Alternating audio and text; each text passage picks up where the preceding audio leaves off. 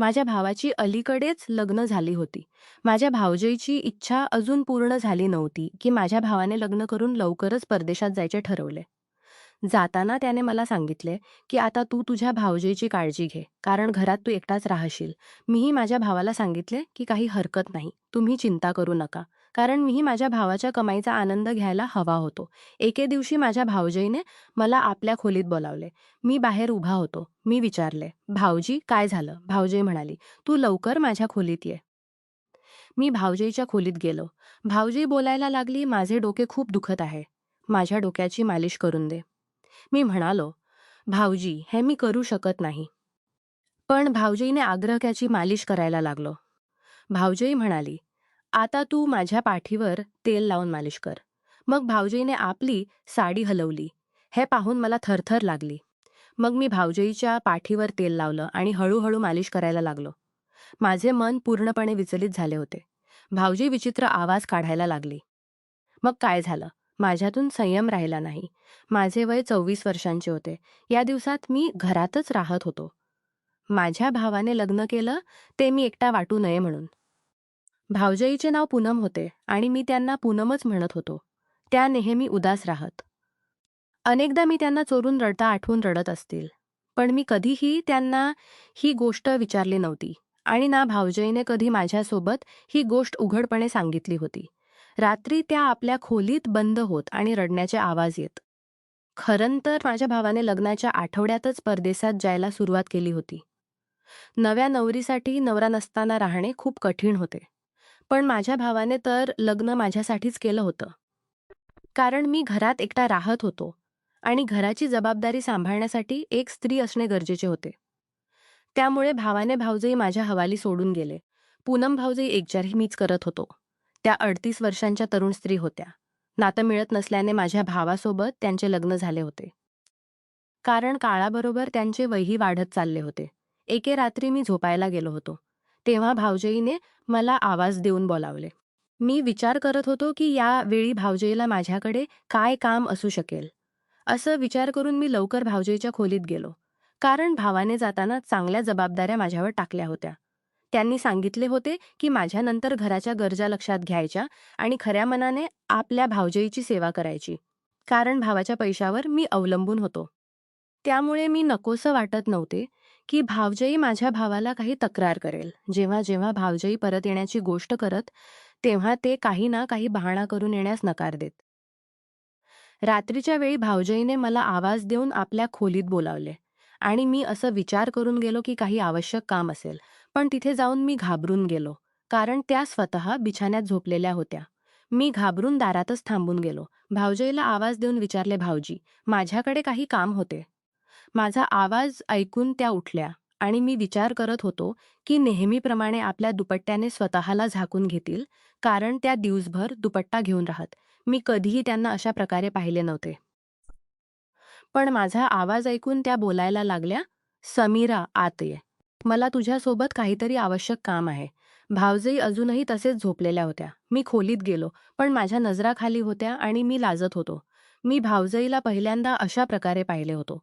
भावजई माझ्याकडे वळून पाहिलं, "समीरा, लाजण्याची काही गोष्ट नाही. या घरात आम्हाला एकमेकांचा साथ द्यावा लागेल. माझा नवरा तर परदेशात राहतो, पण तू नेहमी इथे राहतोस आणि माझी काळजी घेतोस. हेच विचार करून मी तुला बोलावलं आहे की कठीण वेळी तू माझा साथ द्याशील." भावजईची वाक्य ऐकून मी घाबरून त्यांच्याकडे पाहिले. त्या बोलायला लागल्या, "माझ्या डोक्यात खूप दुखत आहे. तू माझी मसाज करशील का? तुझ्या भावाने मला सांगितले होते की तू खूप चांगली मसाज करतोस आणि त्यांचा डोकेदुखी थोड्या मिनिटात बरा होतो." भावजईची वाक्य ऐकून मी हसून पडलो. कारण ही गोष्ट खरी होती की भाव इथे असताना नेहमी माझ्याकडून डोक्याची मसाज करवत. पण ते माझा भाव होते आणि भावजईची मसाज मी कशी करू शकेन? भावजईने मला विचारात टाकले होते. समजत नव्हते काय करावे. मी विचार करत होतो की भावजई कशा प्रकारची स्त्री आहे ज्याने आपल्या दिराकडून मसाज करवायला सांगितले. त्यांना लाज वाटली नाही. जर ही कोणाची मोठी गोष्ट नसती. पण एका स्त्रीने एका पुरुषाकडून मसाज करवणे आणि तेही आपल्या दिराकडून, जर कोणी दुसरा असता तर नकार देण्याऐवजी त्याला वाईट गोष्टी सांगितल्या असत्या. पण यावेळी मी भावजईच्या कृपेवर जगत होतो. त्यामुळे त्यांच्यासमोर जबान चालवण्याचे धैर्य नव्हते आणि ना त्यांना नकार देऊ शकत होतो. भावजईने ड्रेसिंग टेबलावर ठेवलेली तेलाची बाटली मला दाखवली आणि बोलायला लागल्या, "खूप छान होईल जर तू माझ्या डोक्यात मसाज करशील."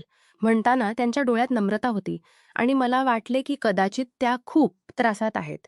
पण मी भावजईला नकार देऊ शकत नव्हतो. मी ते तेल उचलले आणि त्यांच्या बिछाण्याजवळ बसून गेलो.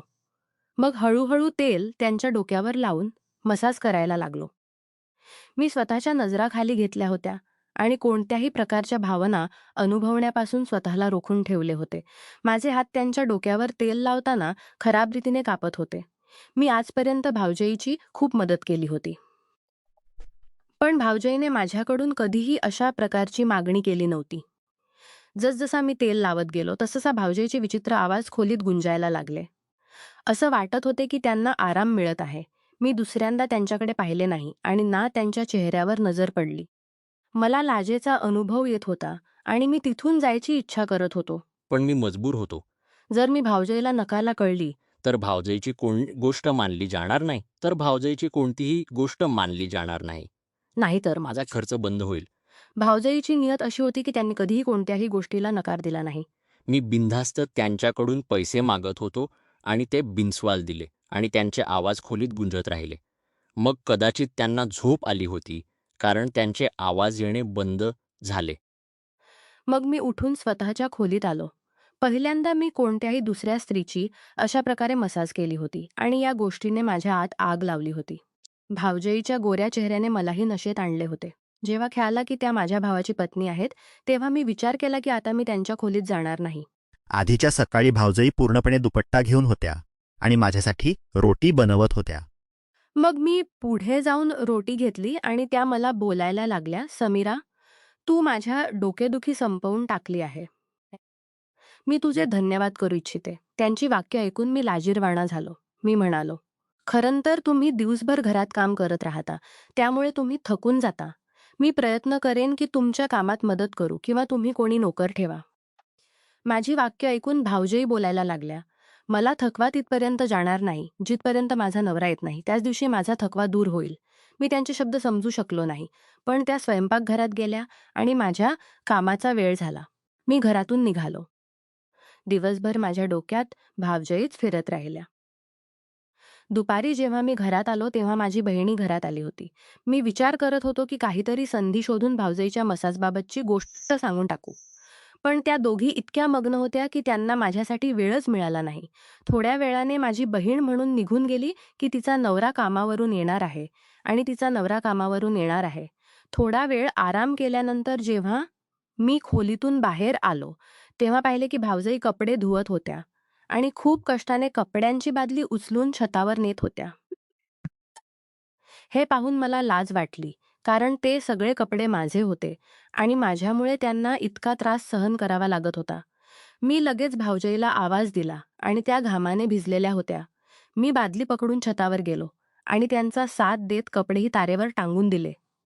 जेव्हा आम्ही परत आलो, तेव्हा त्या काहीतरी विचित्र रीतीने येत होत्या. त्यांना सांगितले की जर त्या सांगतील तर मी त्यांना डॉक्टरकडे घेऊन जाऊ शकतो. मला वाटत होते की त्यांच्या डोक्यात दुखत आहे. माझी वाक्य ऐकून त्यांनी उदासपणे हसत म्हणाले, "हे माझ्या चुकीचे परिणाम आहे."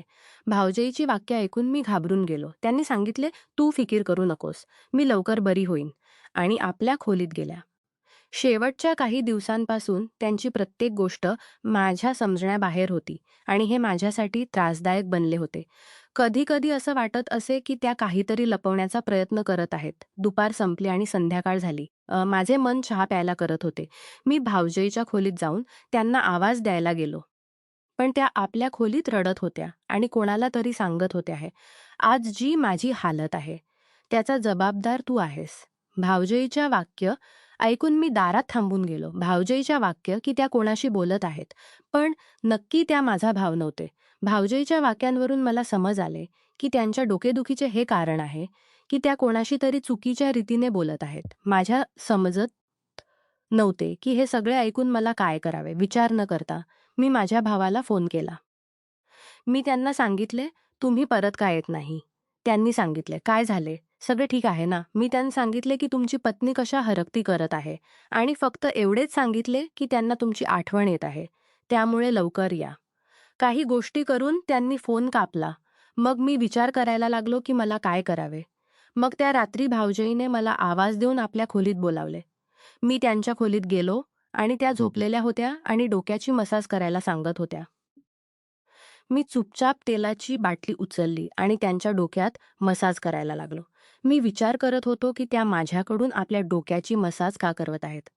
मला वाटत होते की जेव्हा मी कॉलेजला जातो तेव्हा घरात कोणी येत असेल. हे पाहण्यासाठी आधीच्या दिवशी मी कॉलेजवरून लवकर परत आलो. पण हे पाहून मी घबन गेलो. की घर तर एकदम सुनसान होते आणि घरात कोणी नव्हते. मी घरापासून थोडे दूर उभा होतो आणि थोड्या वेळाने भावजई घरात आल्या. घामाने भिजलेल्या, त्यांनी घराचे दार उघडून आत गेल्या. मी लगेच घरात गेलो आणि भावजईला विचारायला लागलो की त्यांनी दिवसभर काय केले. भावजई मला घराच्या कामांबद्दल सांगायला लागल्या. पण त्यांनी हे सांगितले नाही की त्या बाहेर का गेल्या होत्या. आता मला खात्री झाली होती की त्या काहीतरी चुकीचे करत आहेत. दिवसभर मी अशाच रीतीने बेचैन होऊन घालवला. मी भावजईचे सत्य जाणून घ्यायला हवे होते. मग रात्रीच्या वेळी भावजईने मला आपल्या खोलीत बोलावले. मला माहीत होते की त्या माझ्याकडून मसाज करवायला मागणार आहेत. पण माझे मन या गोष्टीसाठी तयार होत नव्हते. हे खरे होते की त्यांच्या डोक्यात दुखत होते आणि त्यांचा आवाज ऐकून मी त्यांच्या खोलीत गेलो. मी तेलाची बाटली उचलली आणि मग मसाज करायला लागलो. पण त्यांनी माझ्याकडून काहीतरी असे सांगितले की मी घाबरून गेलो. त्यांनी सांगितले, "आधी लाईट बंद कर." हे पहिल्यांदा होते जेव्हा त्यांनी माझ्याकडून लाईट बंद करायला सांगितले होते. मी विचारले की ही लाईट का बंद करायची? पण ते रागाने मला पाहायला लागले. वारंवार सांगण्यावर मी लाईट बंद केली आणि मसाजसाठी तयार झालो. जेव्हा मी त्यांच्याजवळ बसलो तेव्हा त्यांनी माझा हात पकडला. त्यांच्या या हरकतीमुळे मी घाबरून गेलो.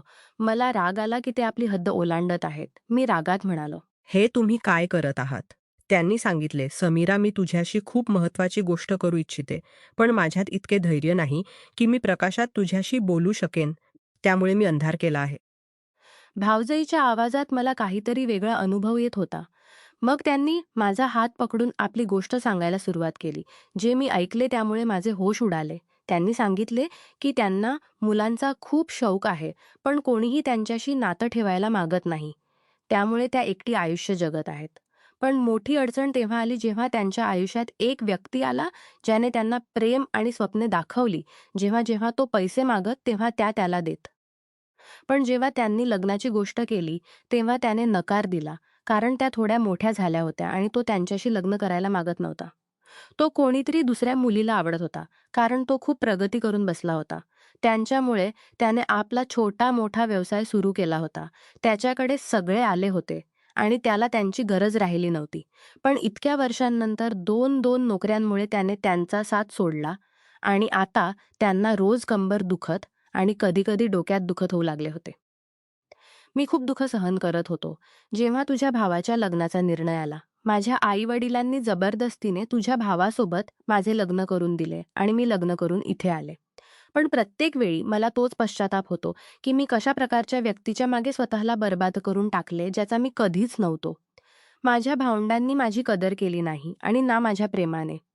मग माझ्यावर सर्वात मोठे दुःख तेव्हा आले जेव्हा मला कळले की तुझ्या भावाने परदेशात लग्न करून घेतले आहे. तुझ्या भावाने काही दिवस आधी मला फोन करून सांगितले की त्याने तिथे लग्न करून घेतले आहे आणि हे लग्न फक्त तुझ्यासाठी आणि या घरासाठी केले गेले होते. हे ऐकून मी घाबरून गेलो. माझे लक्ष त्याच गोष्टीवर लागून राहिले. मी आपले संपूर्ण आयुष्य दुसऱ्यांच्या इज्जतीत घालवले. पण मी त्याच विचारात बुडून राहिलो. एके दिवशी मी छतावर कपडे धुवत धुवत पडले.